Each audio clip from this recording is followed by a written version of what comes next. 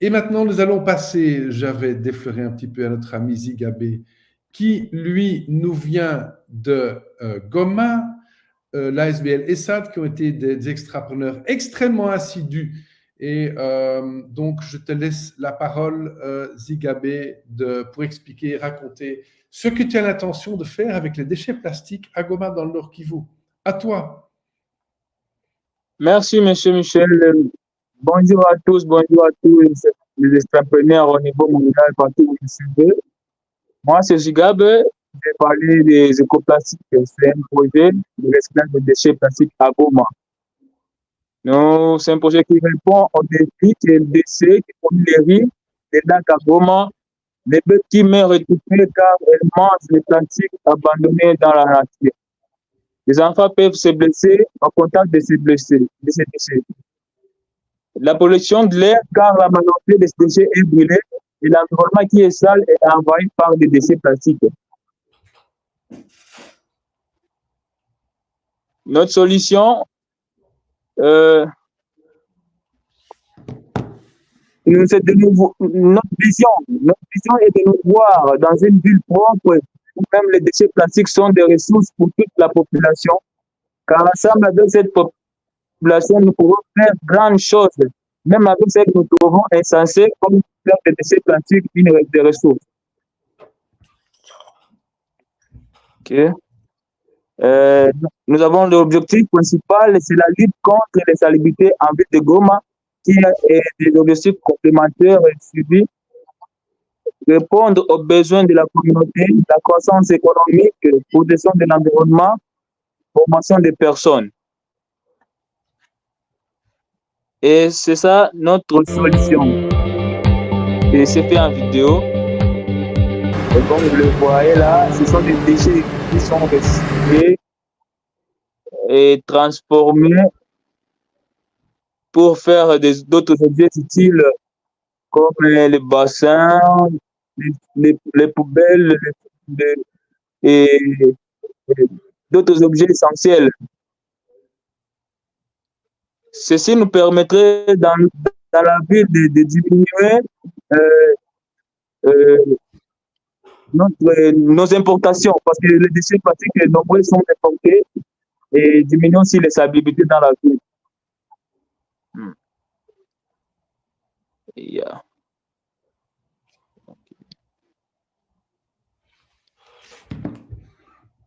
Nos alliances, actuellement, nous sommes avec les centres, avec M. Justin Kamanda, Alliance Avenir, nous sommes en contact avec Capitec, INPP avec M. John Awazi, Virunga Energy avec Emmanuel Demiro. Okay. Ceci, c'est notre projection financière pour 2024. Et si nous avons des machines au prix de $960, location de $1,200 avec équipement, bureau de $1,300, ce sont nos sorties avec salaire des employés. Nos entrées seraient de produire des pièces en plastique et si on a environ 8 400 pièces pour $1,7, qui nous donneront $12 600. Et nous aurons aussi des cas de formation, de former des personnes avec au coût de $10. Si on forme $250, 250 personnes là, on pourrait obtenir $250. Il y a aussi des ménages qui sont là dans le quartier, dans les avenirs. Et s'il arrive à contribuer 6 000 ménages pour $1 ménage par an, nous pourrons obtenir $6 000 par an. Subvention est de 5 000. Il y a aussi le total de différences qui sont là. Et c'est une majoration de 7 000 au total, $640. Notre écosystème est là, comme vous voyez, nous qui travaillons avec ces plastiques, nous pensons être en contact avec l'Afrique, IMCF des matériels publics, INPP, Institut national de préparation professionnelle. Il y a 11 260 ménages du quartier Île. Il y a Serena Hotel, il y a des orphelinats. Il y a aussi des interactions qui sont entre, comme les flèches les indiquent, l'INPP qui pourrait former des orphelins, par exemple, parce que c'est une institution nationale de préparation professionnelle. Il y a aussi des relations entre l'île Africa et IMC en matériel clinique pour être en contact aussi. Ensuite, nos prochains pas sont en 2023, en mois de décembre, nous pouvons faire contact aux personnes intéressées par la vision et la mission des coopératives qui ont assisté à la préparation de ce 15 décembre. En 2024 janvier, contactez le directeur de celui de l'hôpital de l'Afrique, celui de l'hôtel Serena, c'est les représentants des communautés locales. Contactez le directeur des deux orphelinats et Olive et Amour pour les impliquer dans les coopératives. En février 2024, voir avec ces directeurs comment ils peuvent nous soutenir dans notre projet. En mars 2024, recherche de participation financière au projet. En avril 2024, nous pourrons faire des porte-à-porte dans le quartier concerné pour obtenir une contribution $1 ménage pour la propreté de la ville.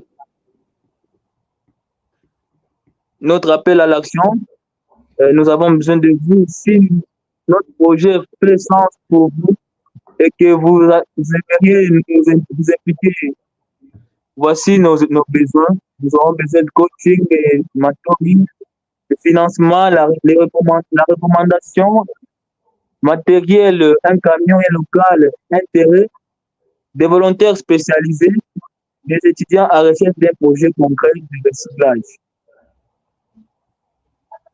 Notre équipe est ESAD avec M.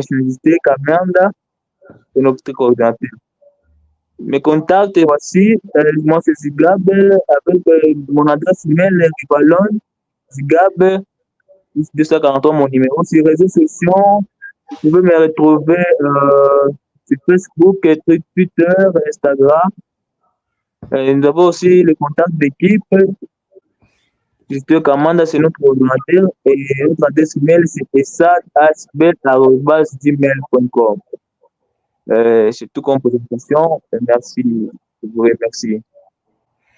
Bravo Zigabé, en tout cas, vraiment standing ovation, c'est vraiment extraordinaire. Et je veux quand même rappeler à nos spectateurs que l'équipe de Zigabé et surtout dans le nord et le sud Kivu, mais également nos amis au Bénin ont suivi la formation pendant 9 semaines avec leurs petits appareils, avec une connexion plus que compliquée très souvent.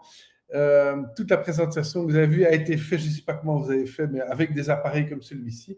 Donc, on n'est pas là-bas dans des bureaux comme ici. Donc, nous sommes très, très impressionnés et inspirés par votre engagement, par votre créativité, par votre capacité d'agir et votre volonté d'avancer. Donc, on ne va pas vous lâcher et j'espère que vous n'allez pas nous lâcher non plus parce que vous faites partie des projets les plus inspirants.